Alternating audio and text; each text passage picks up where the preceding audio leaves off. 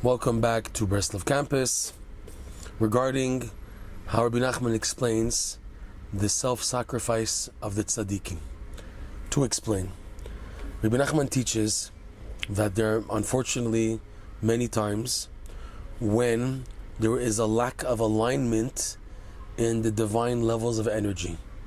In other words, when we're not doing what we should be doing in Torah study and prayer and mitzvot to bring up heaven towards heaven enough positive energy which will convince Hashem to bring down more abundance.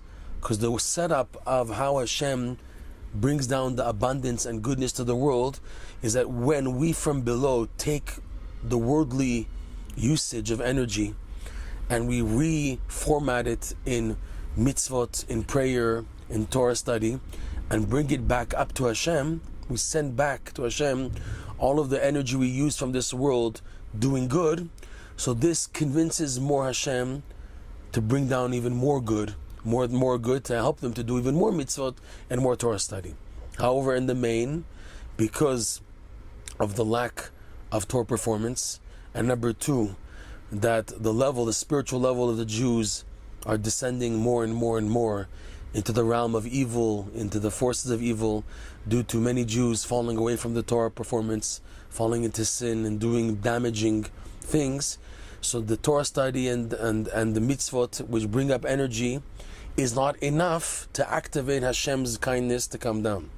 So the Arizal explains that what's needed is Mesirat Nefesh. When a Jew exercises self-sacrifice, he's willing to sacrifice himself, and the ultimate example of self-sacrifice is when a Jew is willing to die for the sake of sanctifying God's name.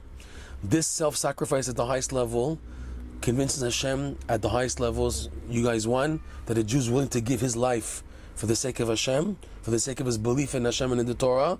This activates a lot of good coming down. So Rebbe Nachman says, however, there is another alternative. This, by the way, explains throughout the Jewish history all the amount of Jewish blood that was spilled.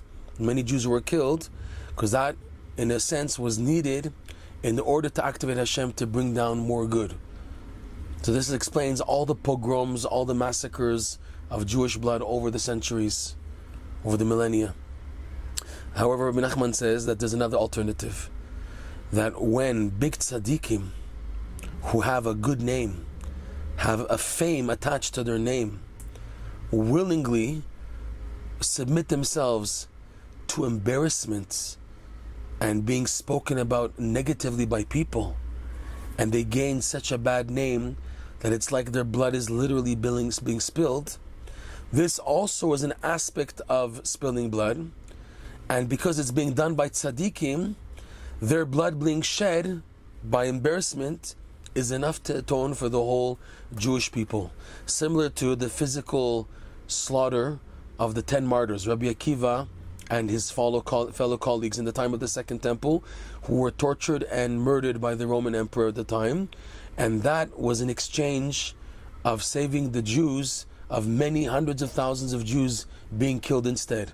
Because when tzaddikim die, it's like an atonement for the rest of the generation. So that was the case of the 10 martyrs, Rabbi Akiva and his colleagues.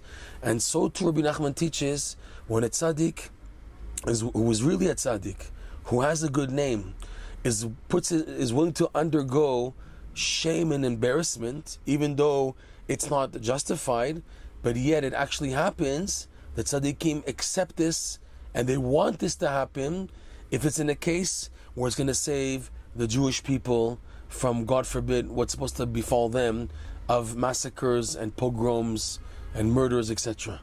So this, Rabbi Nachman explains, is an explanation to why we see special tzaddikim, true tzaddikim, who are not accepted by everybody, and not just not accepted, but it's considered taboo following these tzaddikim. Here, this is how Rabbi Nachman explains why this is the case.